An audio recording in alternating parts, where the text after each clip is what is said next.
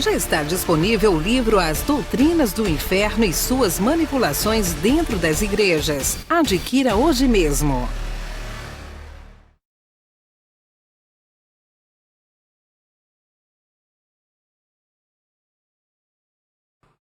Olá, abençoados! Sejam mais uma vez bem-vindos ao canal da Graça Pura. Eu me chamo André Pimentel e estou às suas ordens aqui. Bom, queridos, se você ainda não se inscreveu no nosso canal, faça hoje mesmo, se curtir as mensagens, tá? Sempre que possível, se comunicar conosco aqui nos comentários aí embaixo. Eu sempre leio todos eles e faço questão. Quando eu gosto, eu vou lá dar um ok, dou um coraçãozinho. Quando eu acho necessário comentar, eu vou lá e comento. E claro, se você amar essa mensagem, compartilhe. Agora, se você não quer perder nenhum dos nossos vídeos quando estiver sendo lançado, toque esse sininho aí embaixo que o YouTube vai te avisar, tá bom, queridos?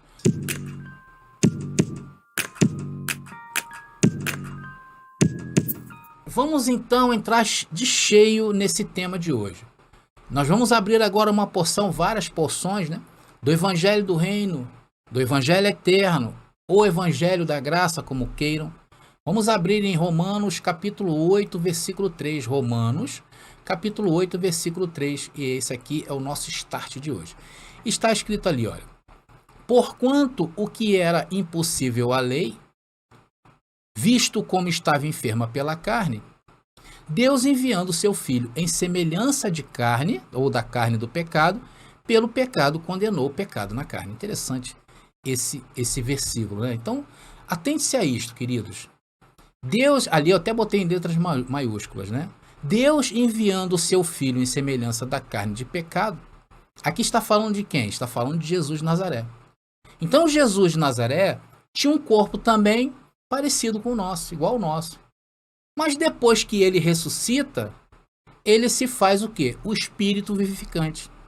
Também, da mesma maneira, igual a nós hoje. Então, através deste sacrifício, através do corpo de Cristo, nós demos entrada a um novo mundo, que é o mundo dos espíritos vivificantes, ok? Então isso quer dizer que a queda do homem gerou esse homem da carne do pecado, tá?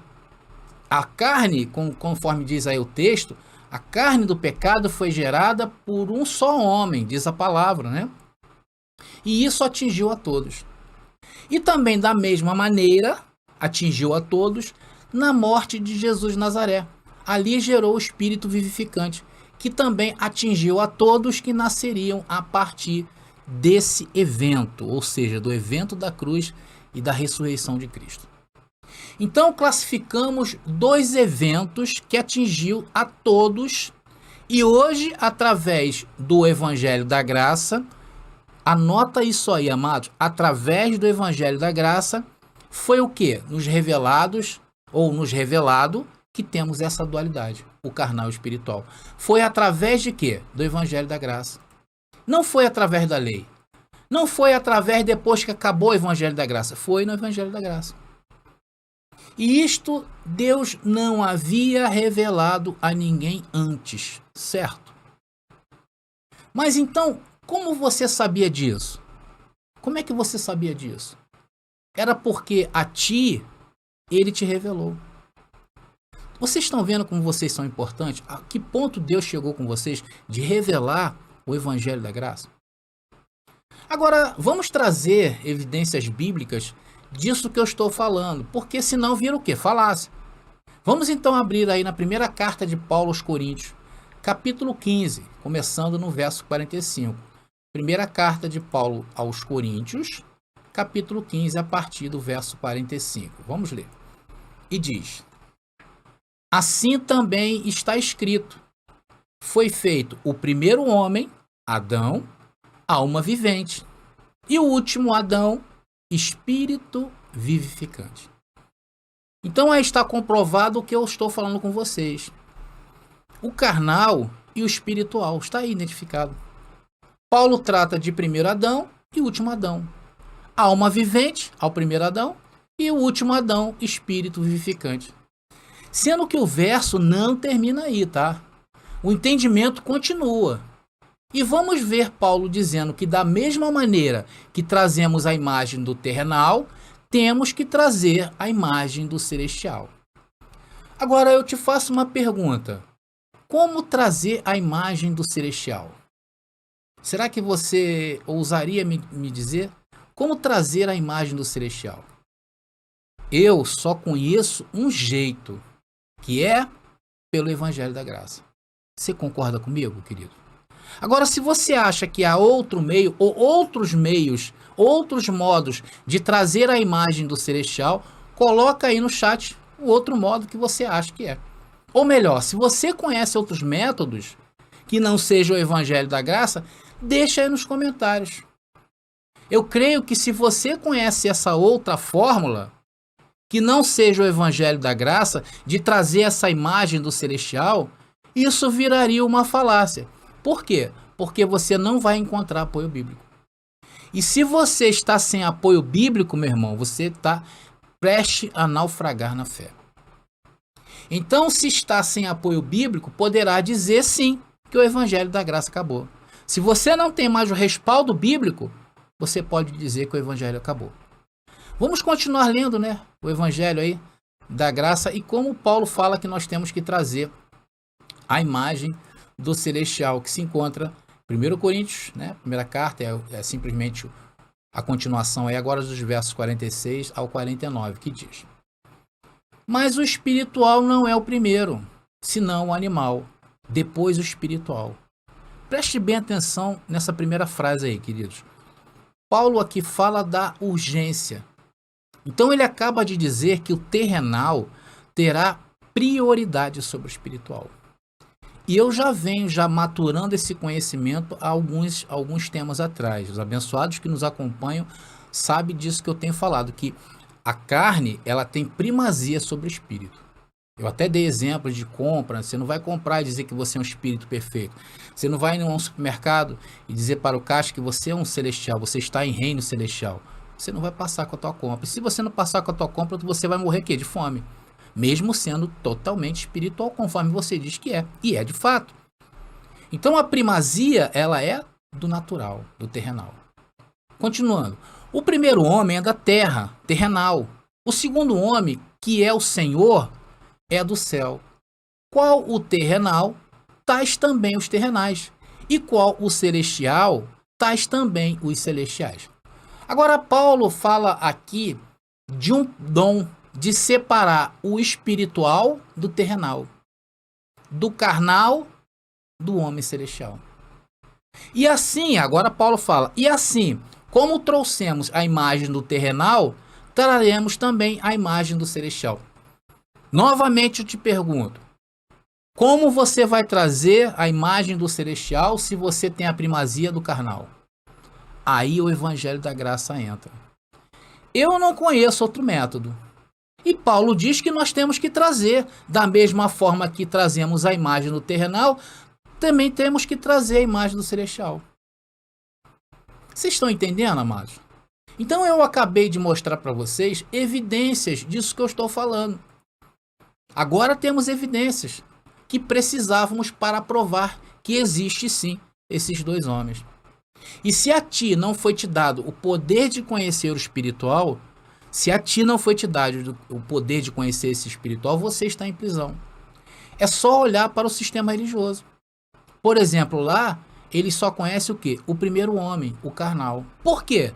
Porque eles não conhecem o Evangelho da Graça. Pegou o corte?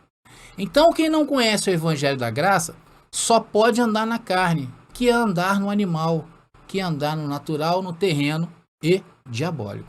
Por isso que eles fazem o que eles fazem, eles cometem as atrocidades que eles estão cometendo, porque eles não têm esse discernimento. Agora, por outro lado, se para você o Evangelho da Graça acabou, escafedeu-se, você só conhece o espiritual. Porém, não entender o mal que vestimos pode ser fatal para você. Então eu passo a entender que eu preciso de um conhecimento para viver em harmonia. Aqui, ó. Discernindo tanto o bem como o mal. Discernindo o carnal do espiritual. E somente o que? O Evangelho da Graça pode nos dar isto. Somente, queridos. Não há outro.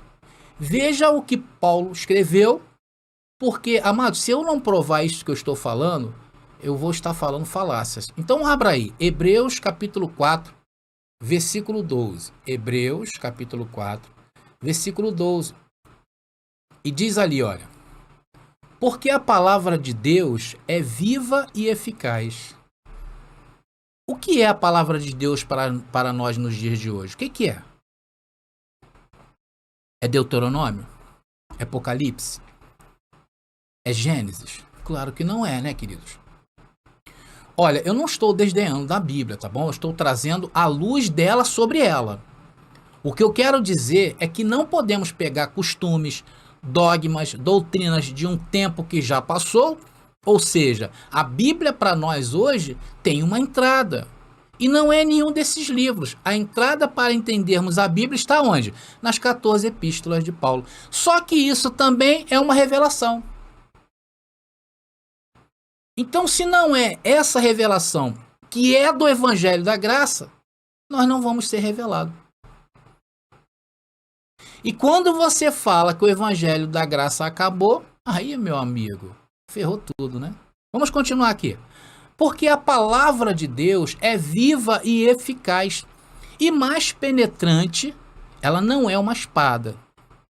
Ela não é uma espada. Ela é mais penetrante do que espada alguma de 2 gumes. E penetra até a divisão da alma e do espírito e das juntas e medulas. E é apta para o quê? Discernir os pensamentos e intenções do coração. Que maravilha! Esse é o Evangelho da Graça, que parece ser uma espada, porém, diz o texto que é o quê? Mais cortante que espada de 2 gumes. Porque ela vai até a divisão da alma e espírito. Olha os 2 homens aí, amados. Das juntas e medulas, né? Continua ali, é uma metáfora em alusão aos 2 homens. E ela é apta para discernir os pensamentos e intenções da mente. E quem precisa desse conhecimento para viver aqui? Nós. O sistema religioso não tem esse entendimento que nós temos. E quando você diz também que o Evangelho da Graça morreu, vai se complicar muito neste mundo. Não vai conhecer, por exemplo, ou não vai entender, por exemplo, que tem conhecimento que a gente pensa que é para o espírito, mas não tem valor algum, senão para a satisfação do ego da carne. Então, se não sabe discernir a intenção da mente, não terá esse filtro. Por isso que quando vai além da graça, começa a naufragar na fé. Meus queridos, vocês conhecem Renato Suede? Já ouviram falar dele? Renato Suede. Ele chegou a ser bispo, um bispo muito famoso na Igreja Universal. Vocês sabem que ele faleceu de Covid esse ano ainda. Foi vítima de Covid e ele faleceu esse ano. Olha, ele começou muito bem em graça, tá? Ele saiu da Igreja Universal, onde tinha uma alta patente lá, né? Ele era conhecido como o Bispo do Amor, não sei se vocês lembram. Porém, depois de algum tempo em graça, esse irmão começou a misturar as coisas. Ele não discerniu o espiritual do carnal, então ele começou o quê? A misturar tudo. E a consequência disso na vida dele foi que ele começou a naufragar na fé. Começou a trazer, por exemplo, misticismo, misturou tudo com discos voadores, com lendas e formou uma miscelânea, uma mistura infernal. Mas depois ele viu que não estava em bons lençóis, né? Claro, não poderia estar. Voltou para o sistema religioso. Aí ele se formou em padre, foi padre de uma das facções da Igreja Católica, que é conhecida como a Igreja Católica Brasileira, se não me engano, tá? Depois ele saiu da Igreja Católica Brasileira, voltou para a Igreja Universal, pediu perdão à igreja, à denominação, pediu perdão ao Bispo Macedo e ficou ali por um tempo. Porém, cansado da Igreja Universal, saiu da Universal e voltou, e foi para a Adventista do Sétimo Dia. Eu acho que essa foi a última que ele teve. Então essa foi a consequência de tantas viagens que ele fez ao desconhecido, que é a carne. Porque quando começa a misturar o Evangelho da Graça com outras ideologias, filosofias, aí começa o naufrágio. Amados, eu não estou dizendo que o Renato perdeu a salvação espiritual, porque isso não é possível. Ele deixou de gozar essa vida com toda a sua plenitude. De tantas dúvidas, imagina como estava a mente dele no final. E quando não se sabe viver isto, equalizando o homem terrenal com o homem espiritual, nós perdemos o quê? A plenitude das coisas. E, consequentemente, a salvação que esse evangelho da graça nos propõe. Mas, amigo, fica tranquilo. Você pode até mesmo dizer que o evangelho da graça acabou. Isso aqui não é uma palavra de condenação, tá bom? Isso é uma palavra de salvação. Não tem problema, fique tranquilo. Eu, André, acho perigoso demais. Então eu prefiro ficar aqui, nas 14 epístolas de Paulo, onde o perito arquiteto disse isso aqui, olha, 1 Coríntios, capítulo 3, versículo 10. 1 Coríntios, capítulo 3, versículo 10. Primeira carta, né, de Paulo. E ali diz assim, olha, segundo a graça de Deus que me foi dada, pus eu, como sábio arquiteto, o fundamento, e outro edifica sobre ele. Todos nós estamos edificando. Mas veja cada um como edifica sobre ele.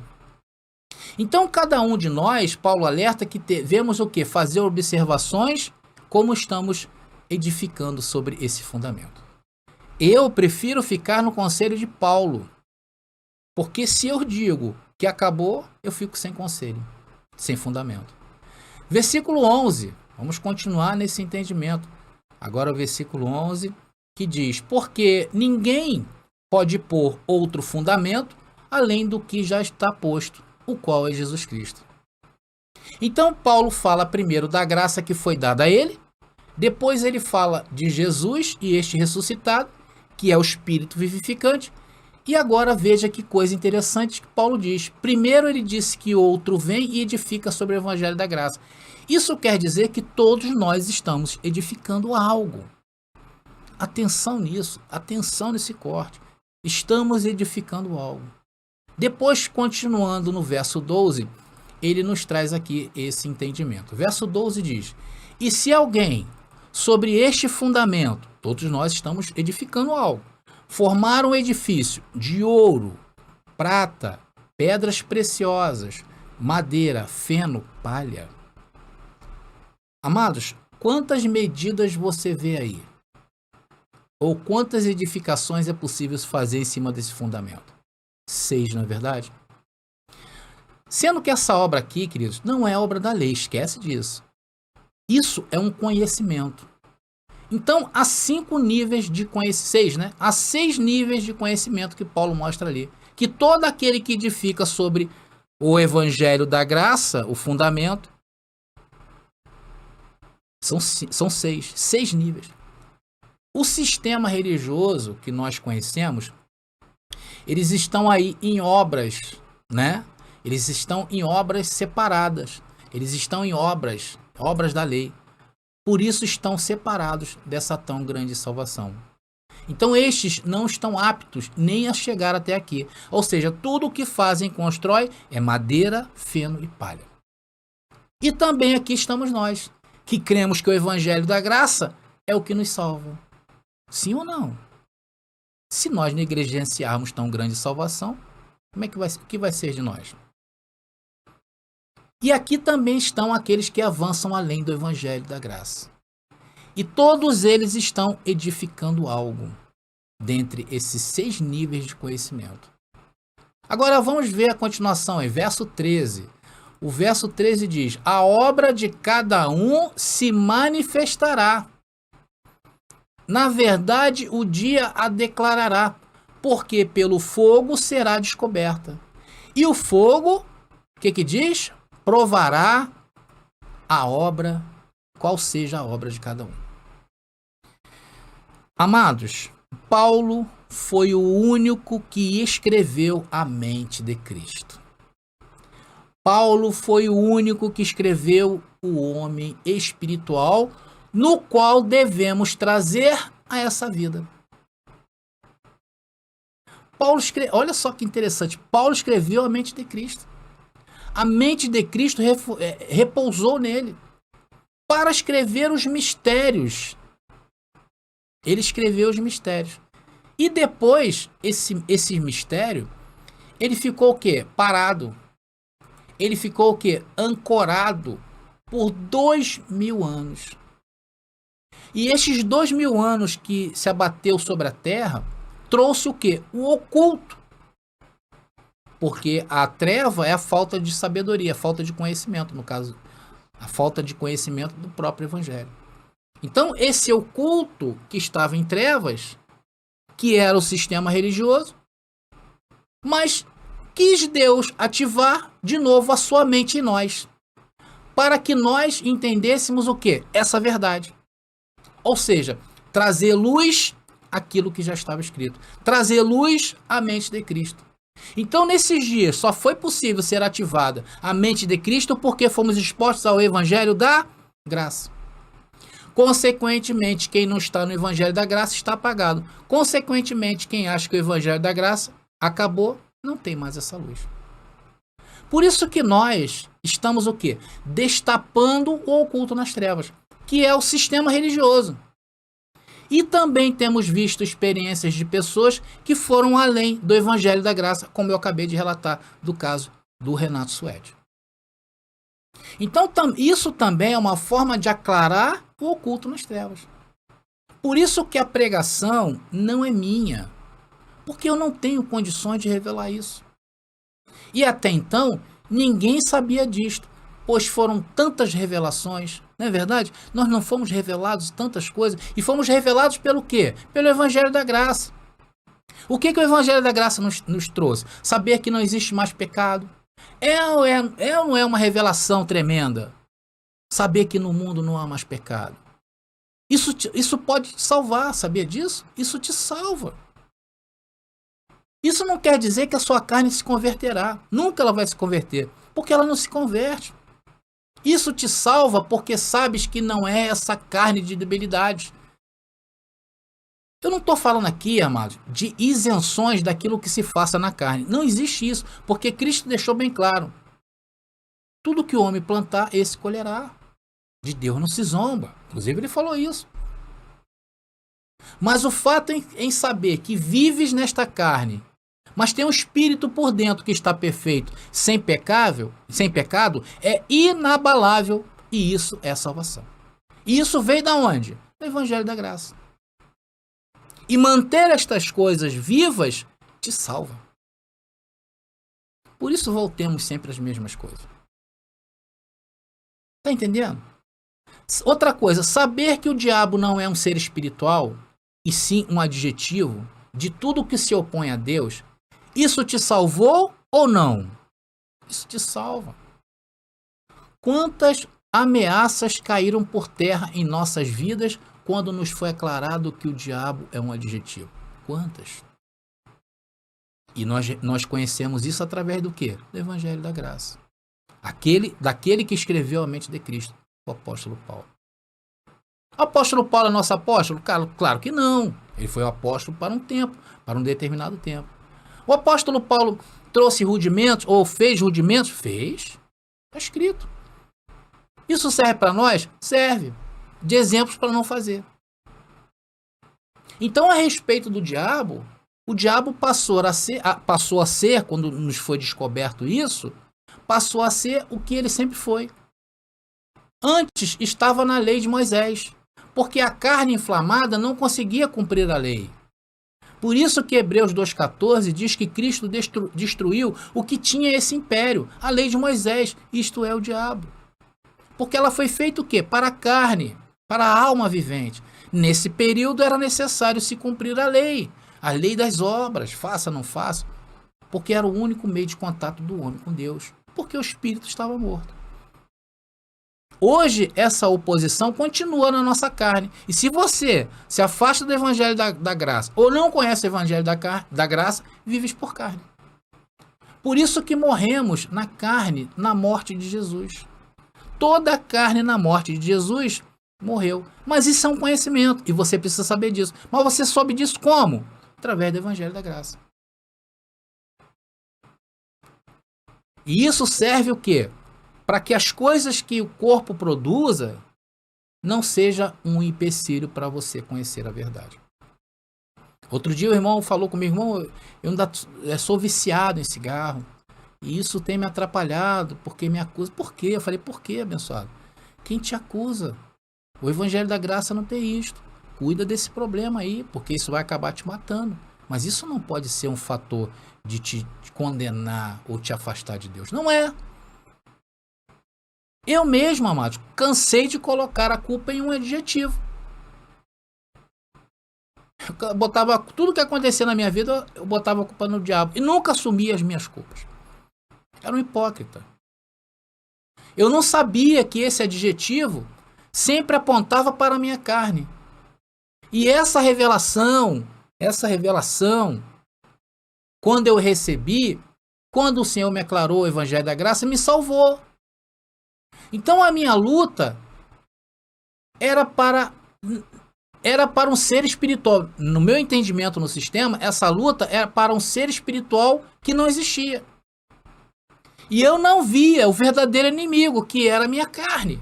Mas quem me mostrou o verdadeiro inimigo? O Evangelho da Graça. E você acha que existe possibilidade de se esquecer disso? Claro que há. Por isso que Paulo falou, eu falo sempre as mesmas coisas. E a carne que eu vivo hoje, eu preciso dela para viver? Claro!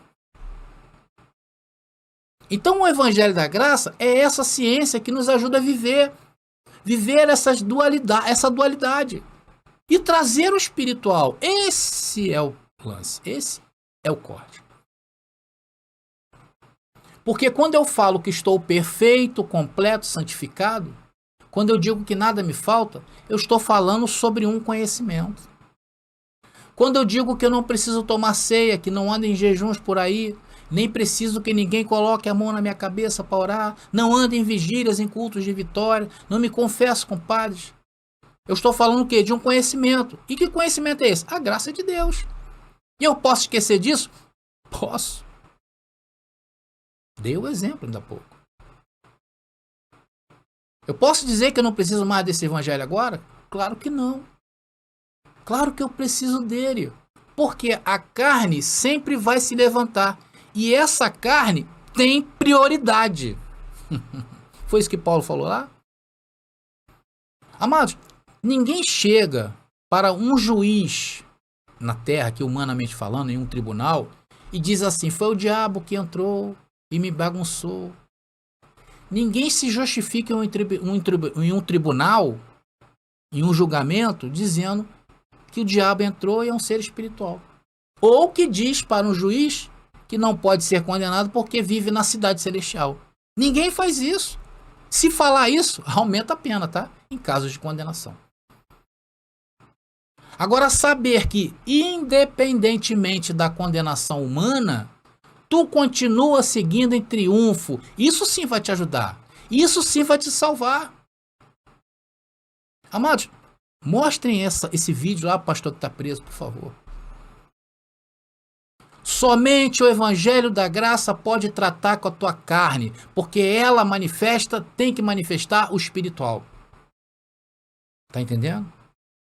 Estamos já terminando essa mensagem. Agora preste muita atenção no que eu vou dizer. Preste atenção. Roma encheu o mundo com seu fedor. Roma encheu o mundo por 2 anos com esse cheiro de morte. Um perfume maldito. O evangelho da circuncisão. Eles ressuscitaram a lei, vivem em maldição e obriga aqueles que o seguem a viverem também de tal forma. Reviveram o pecado, reviveram o diabo, que é a lei, e vive por obras da carne. Por isso que o mundo está assim. Um mundo conhecido como um mundo cristão. Todos falam que o mundo é um mundo cristão. Daí, todas as religiões e seitas do mundo riem do cristianismo. Eles falam, Jesus falhou. Olha o mundo como está, o mundo cristão. É isso que eles falam. Amados, ainda bem que essa não é a nossa ótica. E nós estamos aqui para endireitar as coisas. A nossa ótica é espiritual. Vivemos sim em perfeita vitória. Nossa mente é a mente de Cristo ativada. E através dela, através dessa mente, conseguimos o quê? Vislumbrar que estamos aonde? No reino de Deus. Conseguimos vislumbrar através da mente de Cristo ativada pela fé que vivemos a plenitude dos dias. Conseguimos vislumbrar que vivemos em pátria celestial. Estamos, conforme diz Efésios capítulo 1, versículo 3. Porém, o mesmo vislumbre que essa graça nos dá sobre tudo isso, nos indica que devemos ter os nossos pés bem no chão, para não sermos enganados pela carne e nem ficar maluco pelos vislumbres espirituais. Tá pegando o corte aí? Então esse é o equilíbrio que o Evangelho da Graça nos dá. Por esta razão, esse Evangelho é eterno. Enquanto um filho de Deus, um filho de Papai Deus, estiver vestido neste manto aqui, neste véu, vivendo neste mundo, o Evangelho da Graça vai estar de pé. Por isso, a tua confissão, os teus pensamentos, a tua vida é o mais importante. A palavra diz assim, que ele levou cativo o cativeiro, não é verdade? E o que era o cativeiro? O que era o cativeiro? Era a debilidade da nossa carne. A impossibilidade de viver uma vida na presença do Todo-Poderoso. Romanos capítulo 5, versículo 1, diz o quê? O que diz? Que nós temos paz com Deus.